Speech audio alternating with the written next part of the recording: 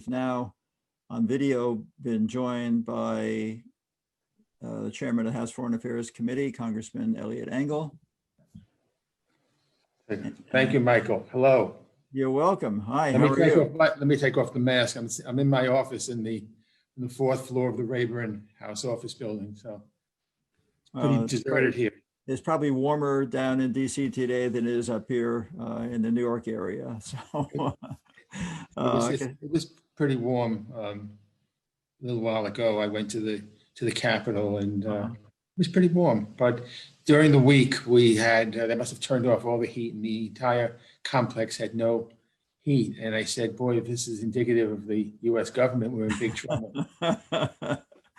All right, so thank you, Congressman. Let me begin with my intro before I introduce you, and that is a good afternoon to everyone, and welcome to this episode of Community Relations Corner, where we discuss issues of concern to New York's Jewish community and our friends and partners all around the New York area. I'm your host, Michael Miller, the Executive Vice President and CEO of the Jewish Community Relations Council of New York, of the JCRC. And for our viewers, if you've been with us before, you know that on each episode of Community Relations Corner, we're joined by guests representing the political, religious, economic, and diverse community leadership in New York, many of whom I've had the honor and privilege of getting to know over the course of my lengthy tenure here at JCRC. And together we'll discuss some current events impacting on the New York Jewish community and its neighbors, as well as the state of our city, the state of our state, and the state of our nation, state of the world. But first, this episode is sponsored by, we have to say thank you to our sponsor, the Free Synagogue of Flushing, New York, serving the Reform Jewish community in Queens for over a century. Visit freesynagogueflushing.org for information about their Shabbat and holiday services, weekday Sunday school, and the beautiful spaces available for public rental. Once again, visit freesynagogueflushing.org. And today we are, as we head into Thanksgiving in just 2 days, we're excited to be joined by someone who deserves our most sincere gratitude for his many years of service, not only to his constituency, but to New York, to the nation, and most particularly to our Jewish community and other supporters of Israel. He represented parts of the Bronx and Westchester and the New York State Assembly from 1977 to 1989, and in Congress from 1989 until now. He is currently completing his chairmanship of the House Committee on Foreign Affairs, that's the official name, and is a fellow member, together with me, of the Bronx Jewish Hall of Fame. So that's going to go very far when we get on the subway in the city. Welcome, Congressman Eliot Engel. Thanks so much for joining us. Hello, Michael. And I would like to remind everybody that you're a Bronx boy too. That's correct. That's correct. And I'm very proud of my Bronx heritage.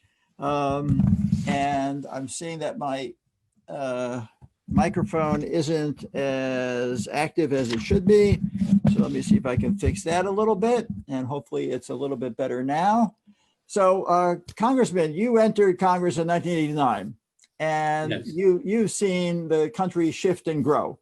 What are some of the ways that you think the country has changed since then, looking at it from the perspective of our diversity, of the age of our population, and particularly of politics? Where are we in politics today?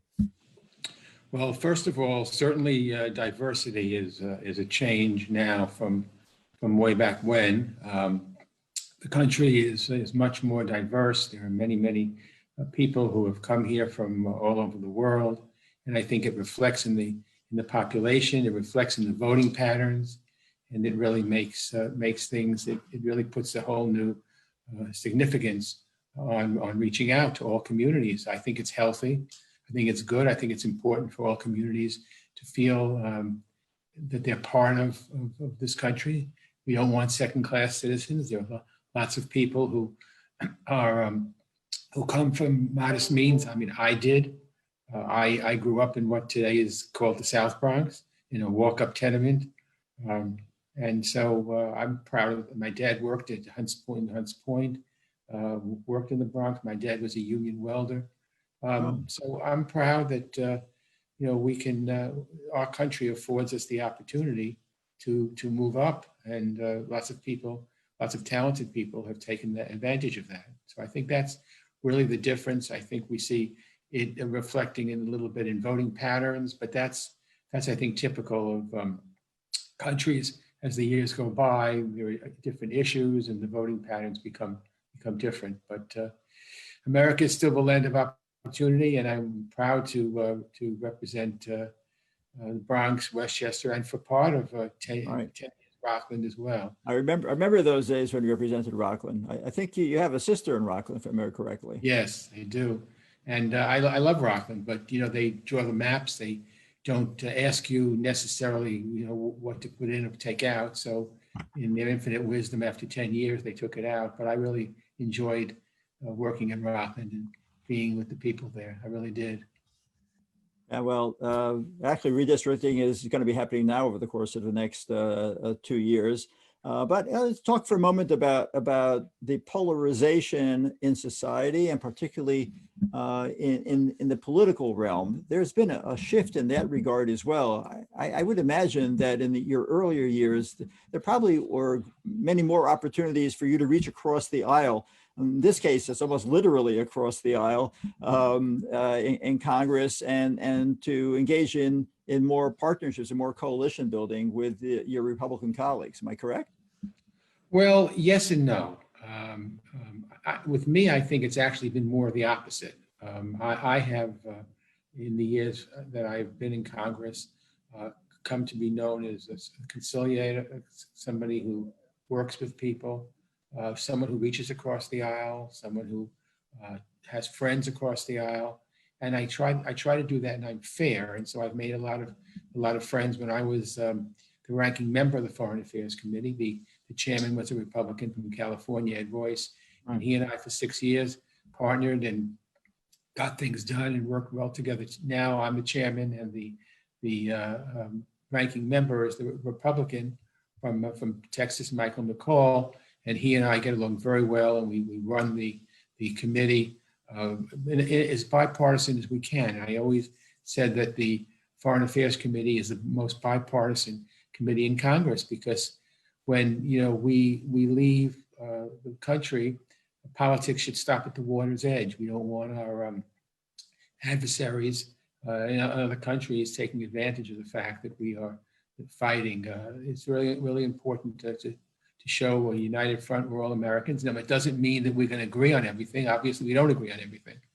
But I think that I want the same kind of respect that I'm willing to give a colleague on the other side of the aisle. And I think that that's is a problem, because it's always been a problem. If you are not from the same state as somebody else, or you're from a different political party, and you're not on the same committees, you don't really get to know that person. There are 435 members of Congress, so there are a couple hundred that you really don't know. You may recognize them because you're looking at a booklet that has the pictures of everybody, but you really don't get to know them, and that's a shame.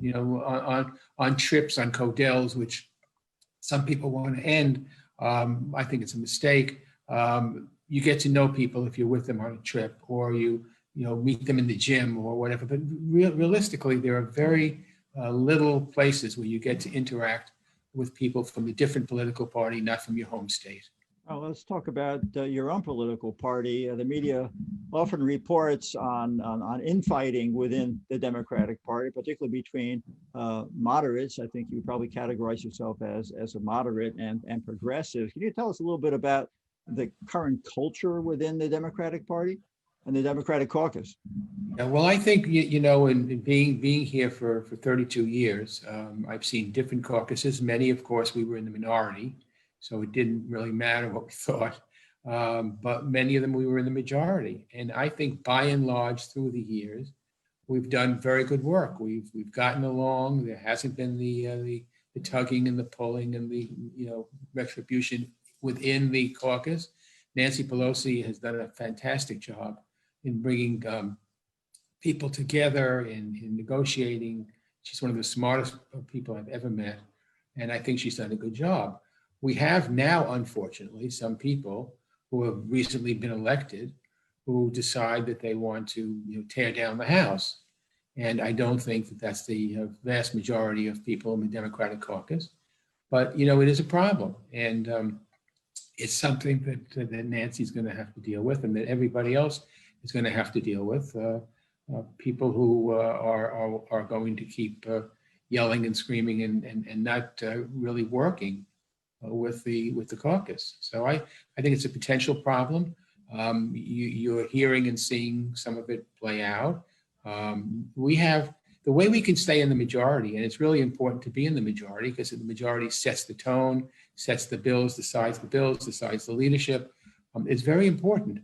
In order to do that, I've always believed you have to have a broad tent. You have to welcome people in who may have different views of yours on some issues, but by and large, you have a lot in common in terms of other issues. And, if you're in the majority, as a result, we need people from all over the country. The people that we elect in New York are not necessarily going to be the right people for other states. So you have to let each state elect its people, and you have to welcome people because, again, you can be pure as ivory snow and be in the minority all your life. That's no good. It doesn't help you. It doesn't help your constituents. It doesn't help your home state. And so I'm sorry to see people coming in and talking about things that I think are damaging to the party and damaging to the country. I think we have to work together. And if we don't, you saw that we lost a number of seats in this past election. We're still in the majority, thank God, but very close. And if we're not going to get along and work together, we'll be in the minority. And I think it's a terrible price to pay. With the Democrats still in the majority in the House, at least, as we all know, we're suffering through this pandemic. So let's talk a little bit about healthcare. You were instrumental in helping to pass the Affordable Care Act, otherwise known as Obamacare, but not everyone was as supportive as you were. Where is this country going with regard to healthcare? Should we as Americans feel optimistic that the government actually has our back, that the government really knows what the country is suffering through and is going to make sure that we're going to be able to pull through this and take care of us? Well, we have to. Healthcare, of course, we have an aging population, and healthcare, of course, is on everybody's number one agenda, and it's important that we handle it. Now, the Affordable Health Care Act, many of us wanted to go a little further, but of course, you can't do it if you don't have the votes. Right. And so, Medicare for all was one of the proposals. It couldn't happen. Then they were talking about having a public option, a governmental option, and we didn't have the votes for that. And so the thing that we had the votes for, and it was difficult to do, and I was in a number of those negotiations, was the Affordable Care Act. Now, it's not a perfect vehicle, but it's certainly much better than having nothing, and it certainly has helped so many people to get the health care that they need. I think healthcare is it's a right, not a privilege. It's a right.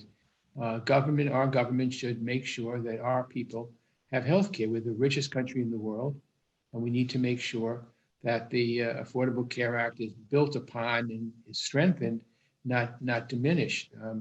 The Republicans are now saying they are not for eliminating anybody's coverage based on previous condition, but the truth is that they were, and we were the ones who fought it back and made sure that nobody should be penalized. If you're working in a job and you have a cancer, let's say, and then the cancer is cured, and then you get another job several years later, the insurance company could say, well, you have a pre-existing condition, we're not covering you, and there was nothing you could do. We changed that. That's an important change. There are other changes that have to happen, and I hope in the future we'll do that. Now, I serve also on the Energy and Commerce Committee, which is the Healthcare Committee. And so I've been there for all the negotiations and been right in the middle of it for many, many years. We thought we had votes one time, and Teddy Kennedy passed away, and we were one vote short, and we couldn't pass some of the things we wanted to pass. So I've been there from the beginning. I hope that healthcare remains a priority. I think it will, certainly among the Democratic caucus, certainly among the Democrats. And hopefully we can give our citizens the comfort that they deserve, knowing that if there is a catastrophe, that they'll be protected. Thanks. Let's shift to foreign affairs for a moment. So as chair of the House Foreign Affairs Committee, you push for the United States to return to the Paris Agreement, the Paris Climate Agreement, which is something that President-elect Biden has said that he will do. Why is climate change, Congressman, a foreign affairs issue? Well, it's a foreign affairs issue because one country can't do it itself. You've got to partner with other countries, and you've got to, if we're ever going to tackle the problem, it's like the virus that we're going through now. One country can't do it. It's too big. So global warming and all the things with climate change really has to be dealt with all countries. I was very pleased to see that John Kerry was appointed as the czar, because he really knows many things about the changing weather and the things that we have to worry about. You know, climate change is something that we just can't just say, oh, we're going to handle it ourselves. It's one of the things that was done under the past administration. We can't go it alone. America is the leader of the world, and we should be the leader of the world. And with leadership comes responsibility, and we need to grab that responsibility. I don't want some other country dictating to the United States what needs to be done, and I don't want people putting their heads in the sand and pretending, oh well, you know, if it goes away, you know, it'll go away. No, this planet is in for big trouble, and the people living on the planet are in for big trouble if we just continue to sit by and do virtually nothing on climate change. Well, speaking of international affairs and partnerships, the partnership between the United States and Israel is really key. And you have been, if not the voice, certainly among the leading voices. I think you've been the voice in Congress in support of a strong U.S.-Israel relationship. Many Americans don't really understand what America gains from this relationship. So why is the U.S.-Israel relationship fundamentally a good thing for the United States, and why have you been so supportive of it? Well, first of all, if you look at the Middle East, there are no democracies there except for one, and that's the tiny state of Israel. Israel has wanted to live in peace with its neighbors since the founding of the state in 1948, and kept getting rejected. I always remind people who are critical of Israel and talk about two-state solution, that Israel accepted a two-state solution back in 1947 and 1948 when the country was founded. It was the Security Council passed a resolution calling for a division of historic Palestine into what they called the Jewish state and an Arab state. Right, and right. The Jews said, fine, we'll divide the land, we'll live in peace. And the Arabs' decision was to attack the new Jewish state. I think that the United States has a moral obligation to help the only democracy in the Middle East. And Israel and the United States have been good friends and partners. It isn't only where the United States gives and Israel takes.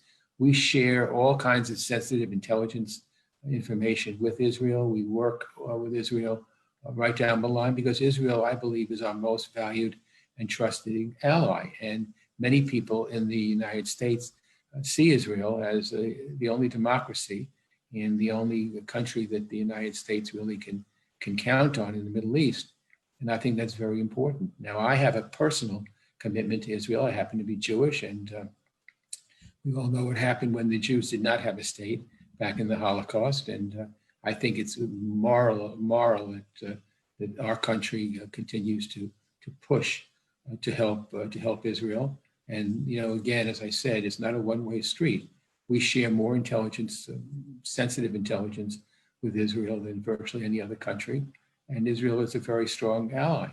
Now, there are people who have been critical of Israel. Look, Israel is a democracy, and maybe they elect a government that some people here in the United States don't like, but you know what? The people of Israel get to decide who their leaders are. We have to respect it. And I think that, I never meddle in politics in any other country, and I've never done it with Israel or anything else. But I do know that that democratic bastion called Israel is a country that I want to strengthen for personal reasons, but more importantly, for reasons that they are the strongest ally the United States has. You can probably count on one hand the countries of the world that the United States is very much in step with, and Israel would be one of them, our traditional allies, the UK and France and some of those, but Israel is right up there. And I think that the United States does itself proud by continuing to support Israel. And I think that now we're having perhaps some movement in the Middle East, where you have the irony is you had the Palestinians always blocking negotiations to bring Israel and the Sunni Arabs together because it wanted to hold everything hostage to its own ambitions. And I think what the world finally said, what the Middle East countries finally said was the Palestinians can no longer block progress. I was in the lawn of the White House with Rabin back in 1992 or 3. My wife was, I think, 6 or 7 months pregnant, and we wanted to see history. We really thought this was going to happen. And of course, you talk to Bill Clinton, you talk to anybody who was involved in these negotiations, Ehud Olmert, who was the prime minister of Israel, and they will say, we thought we had a deal with the Palestinians, only to have the Palestinians back out. So, they like to play the victims of, that they're victims, but I wish they would play trying to make peace, because the only way we can move forward is to have peace, and peace has to come from all sides, not just from one side. As I think it was Abba Eban who said that the Palestinians never miss an opportunity to miss an opportunity. Miss an opportunity, yeah, that's still true today.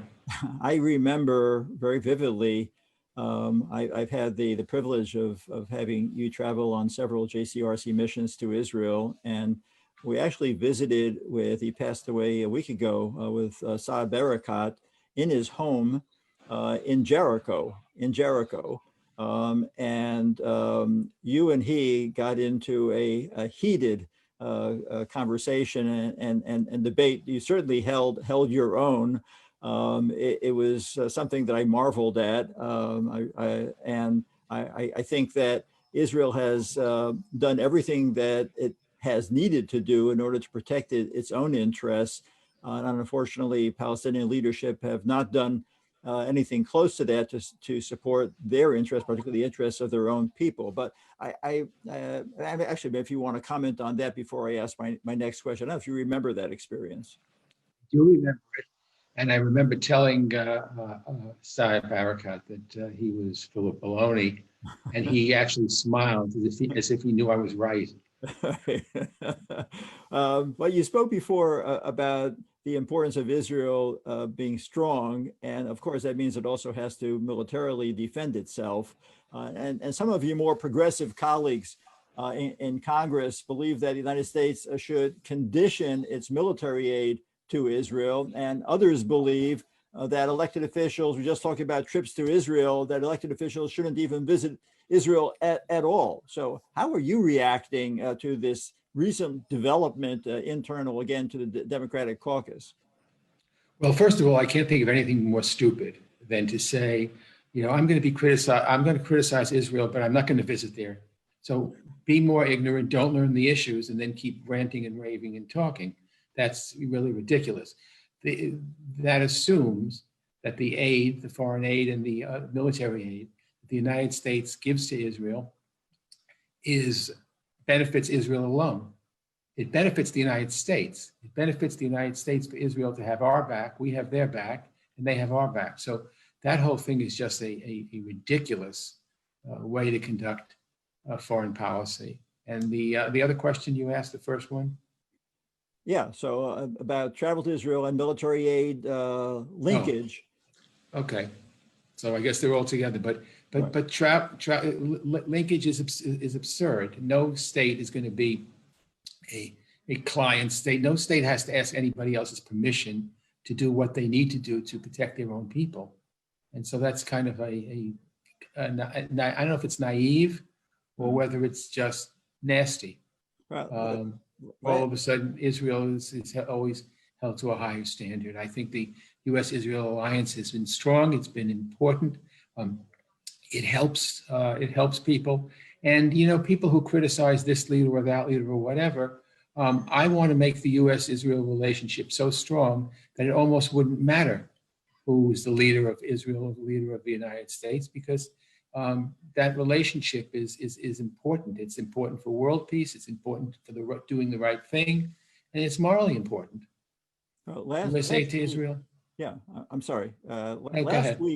Last week, I had on Community Relations Corner the Consuls General of Israel and the United Arab Emirates, and I know that you've been supportive of the Abraham Accords and the peace treaties with UAE and with Bahrain and hopefully with Sudan and maybe even with Saudi Arabia down the road.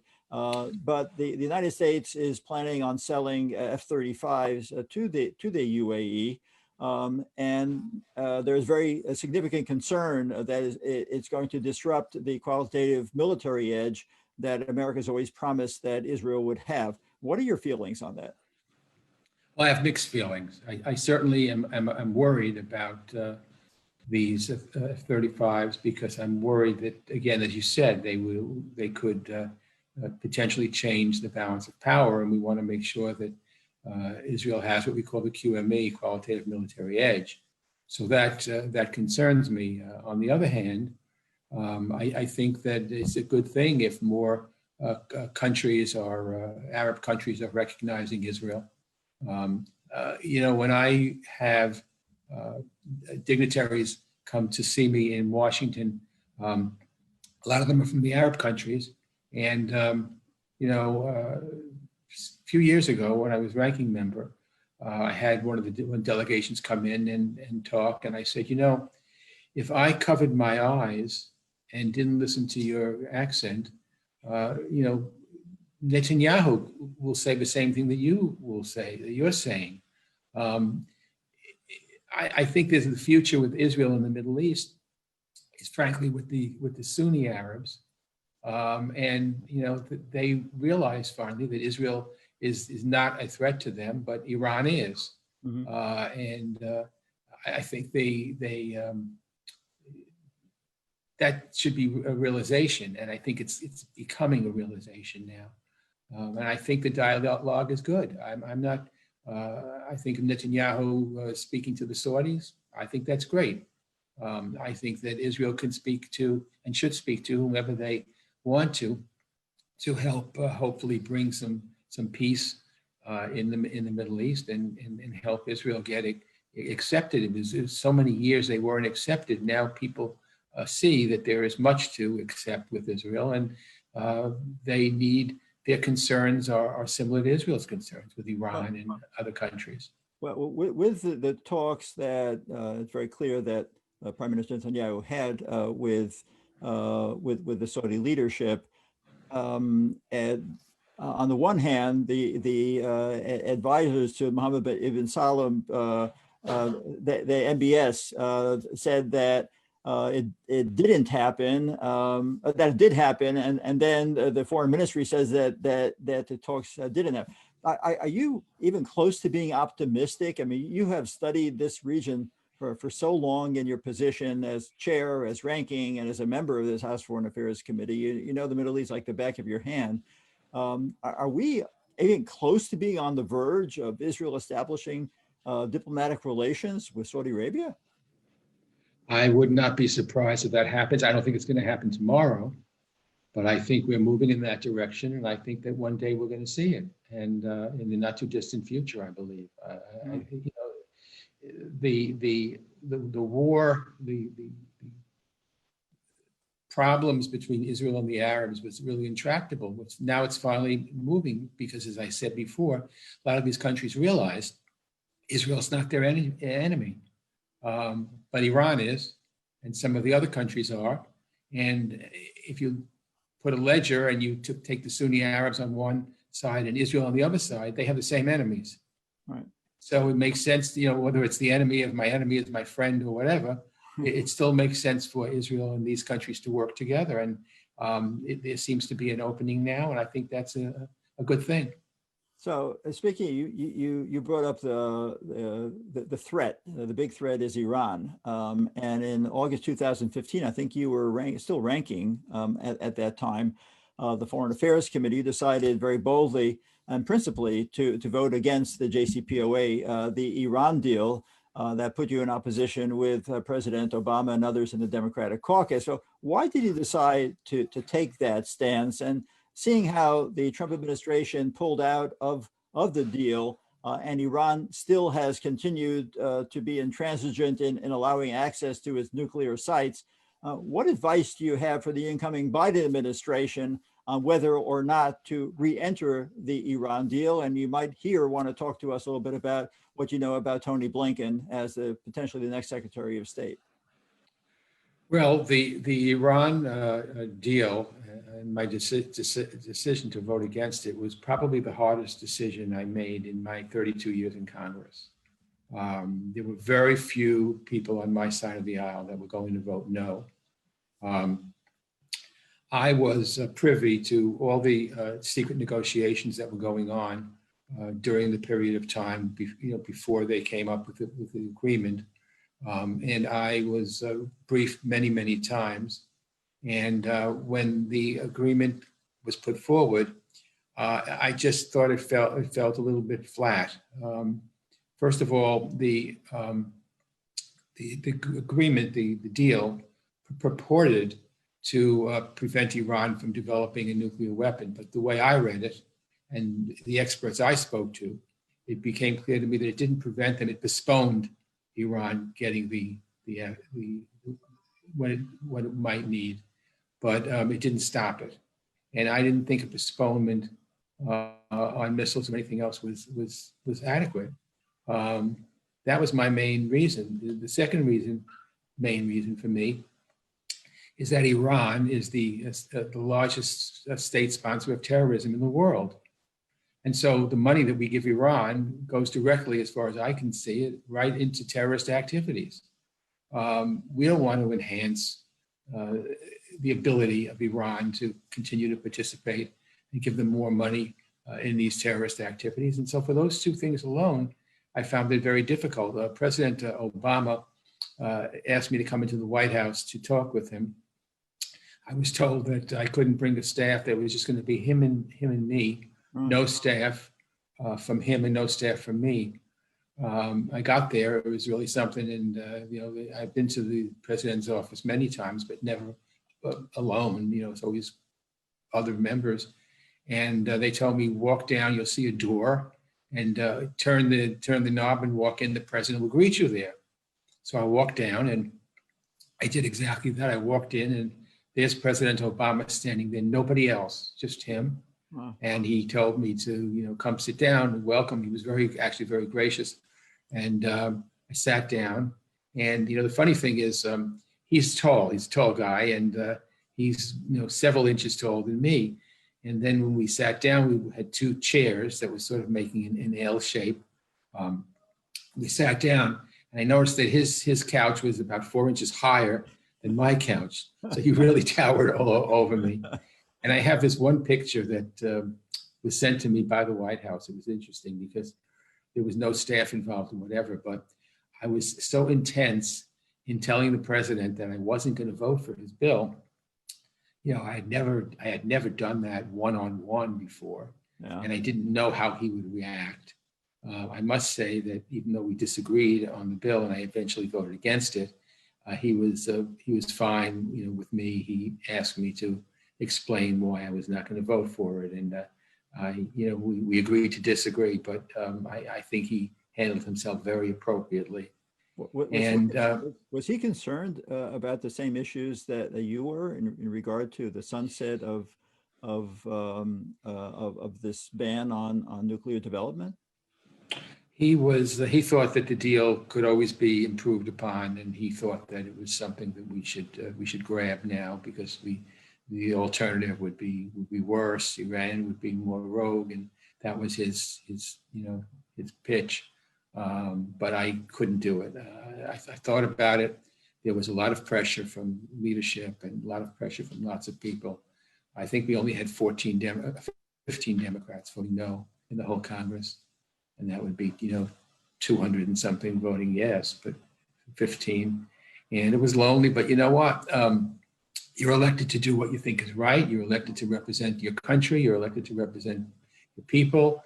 And I was doing what I felt was the right thing to do. I knew it would make people unhappy, but I don't get elected to make people happy. I get elected hopefully to do the right thing for the country. And I think I did that.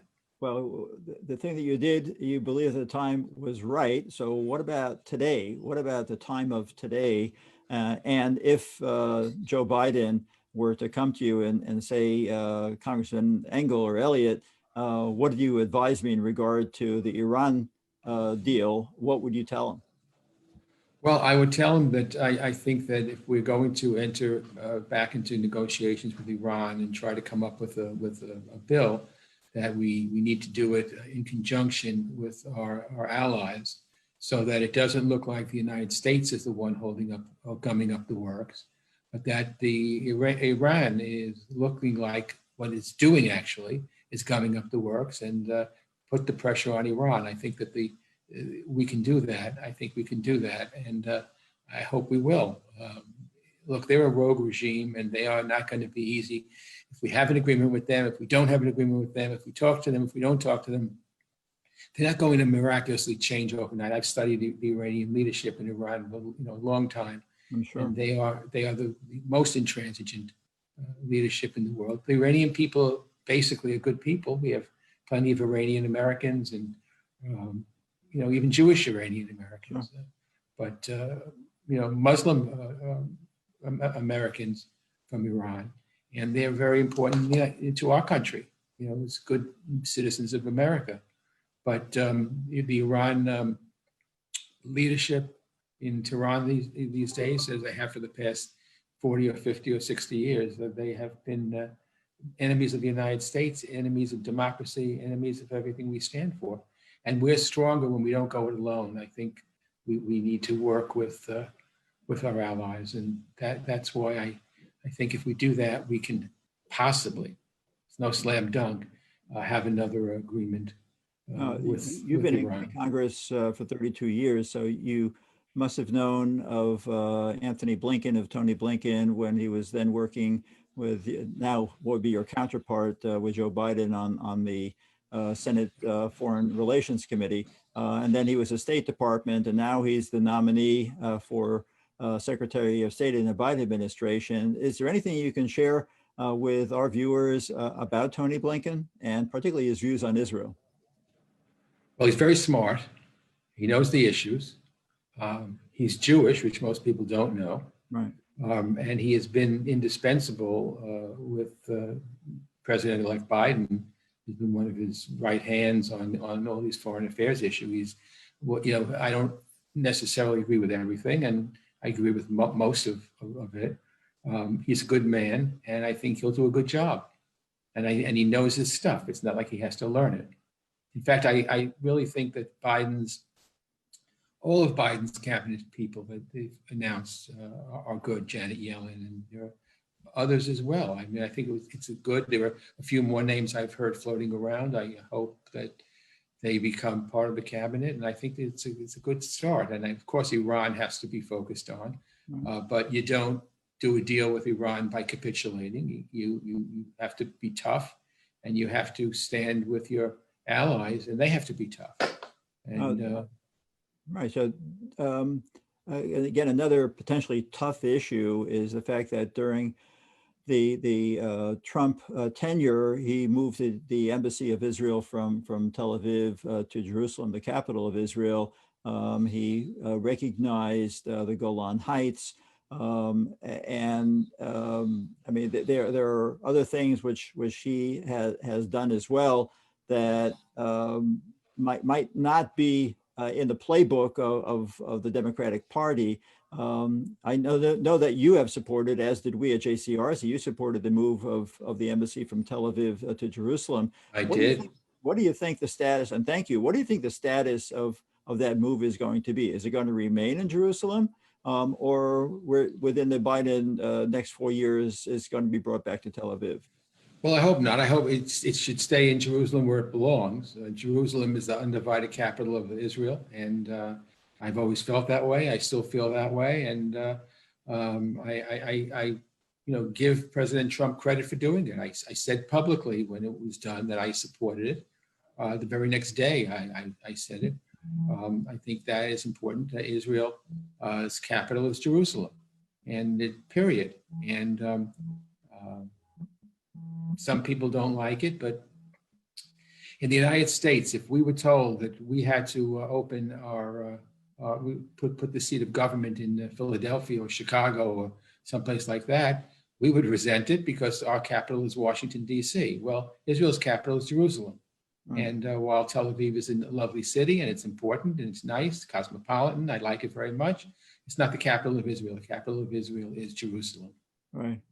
Well, during the Obama years, there were impasses between himself and Prime Minister Netanyahu, with the expectation that Prime Minister Netanyahu will remain as Prime Minister, and the expectation, of course, as of January 20th, that Joe Biden is going to be president. Do you think that, obviously Joe Biden is a different person, that the two of them can establish a close working relationship? Well, I hope so. You know, Joe Biden is somebody who's been around a long time. He's especially knowledgeable on foreign affairs issues. It was one of his fortes when he was a senator. Yes. It doesn't mean we're going to agree on everything, but I think that Joe is a smart guy and a seasoned guy, and he'll attempt to do the right thing and move things forward. And I hope that that can be done. I think it can be done. If there is give and take on both sides, but it can't be where, you know, Israel gives everything and the Arabs take. I mean, it's got to be together. And if they do that, then I think we have a shot at having peace finally in the Middle East. Israel has no. I've talked to, you know, all the leadership of Israel in the 32 years I've been in Congress, and you know, they all want peace. You want peace on your terms, of course, that's human nature, but they understand that in order to get peace, you have to sometimes compromise on things. My money is on the Israelis. I think they know what to do. They're strong and they're great allies. And I think that Joe Biden will, you know, he has a pro-Israel voting record. He doesn't have a record that should make anybody wary or whatever. So I think he's going to do a good job, and I think that he'll, you know, you can be friendly with both sides and try to bring those sides together. And I think that Joe Biden might just be the right person to do that. And I think his cabinet members will reflect that, and I'm very, very hopeful. Let's hope so. So you're completing, you just referenced it a moment ago, 32 exceptional years as a member of the United States House of Representatives.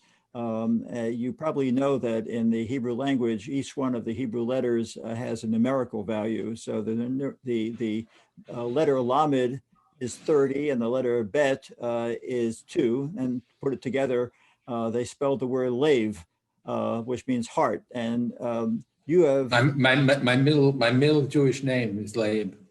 There you go. and you have contributed in a very heartfelt way of yourself to your constituents, as I mentioned at the outset, to New Yorkers, to the American people, and to the Jewish people, to the U.S.-Israel relationship, and peace around the world. So I certainly am, as a very, very long-standing friend of Eliot Engel, proud of what you've accomplished. What are the 1 or 2 or 3, depending how many you want to share with us, proudest moments of yours in your congressional career?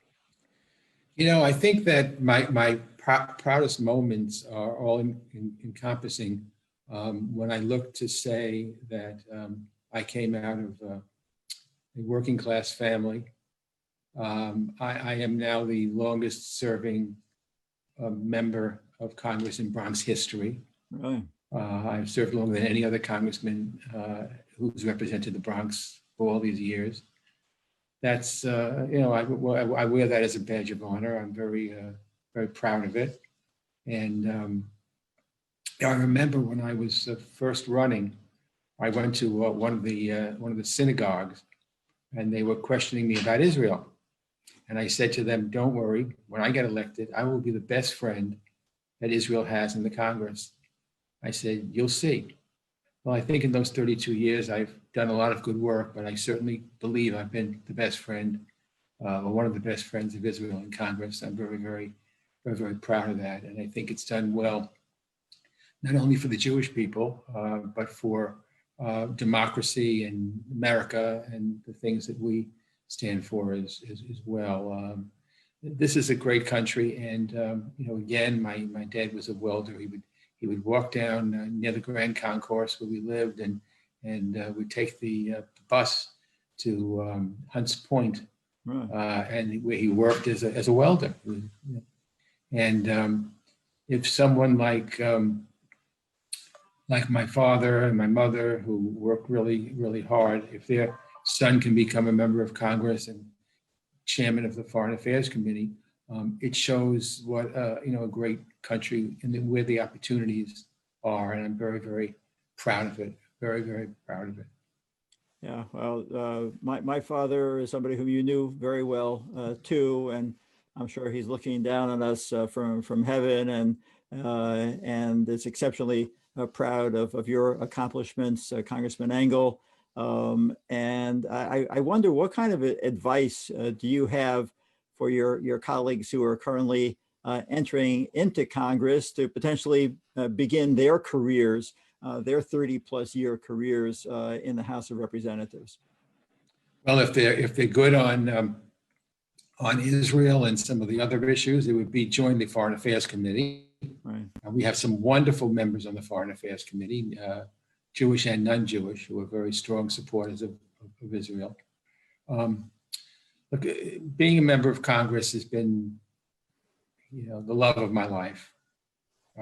It's just been an honor to serve as long as I have.